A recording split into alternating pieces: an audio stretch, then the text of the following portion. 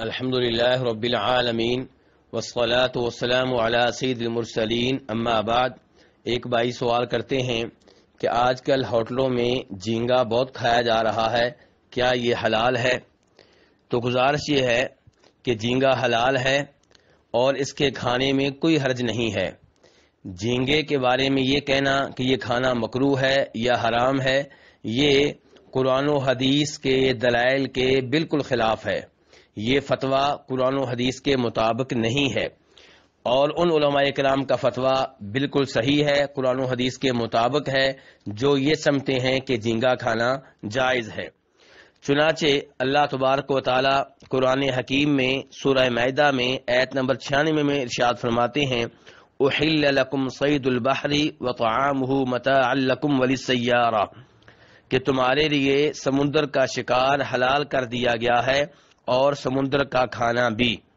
یہاں سمندر کے شکار سے مراد وہ چیزیں ہیں جنہیں سمندر سے زندہ پکڑ لیا جائے، اور کھانے سے مراد وہ چیزیں ہیں جو خود بخود سمندر میں فوت ہو جائیں اور سمندر انہیں باہر پھینک دے، یا لوگ انہیں سمندر میں سے اٹھا لیں اور سمندر میں سے اسے باہر لے آئیں۔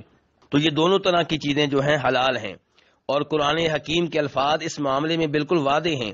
قرآن حکیم نے یہاں پہ یہ نہیں کہا کہ سمندر کا شکار اور سمندر کا کھانا تمہارے لیے حلال ہے سوائے جھینگے کے۔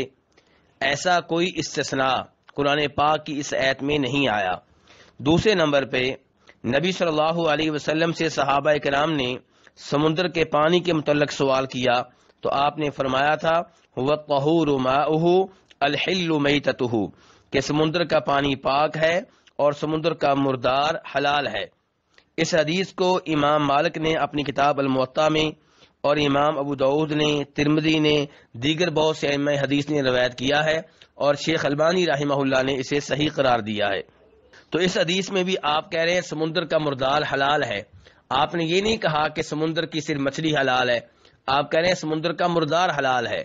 تو خلاصہ کلام یہ ہے کہ سمندر کا شکار اور سمندر کی جو چیزیں ہیں وہ حلال ہیں، اور اگر کوئی ایسی چیز ہے جس کی زندگی زیادہ تر خشکی میں گزرتی ہے اور تھوڑی بہت زندگی سمندر میں گزرتی ہے، تو اس کے بارے میں علماء کرام نے لکھا ہے کہ اسے سمندر کا شکار نہیں سمجھا جائے گا، کیونکہ وہ سمندر میں بہت کم رہتا ہے، وہ تو سمندر سے باہر زندگی گزارتا ہے، پانی سے باہر زندگی گزارتا ہے۔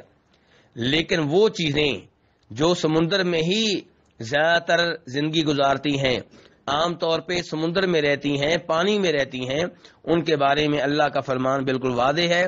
تو خلاصہ کلام یہ ہے کہ جھینگا حلال ہے اور آپ اسے کھا سکتے ہیں، اس میں کوئی حرج نہیں ہے۔ واللہ تعالی اعلم۔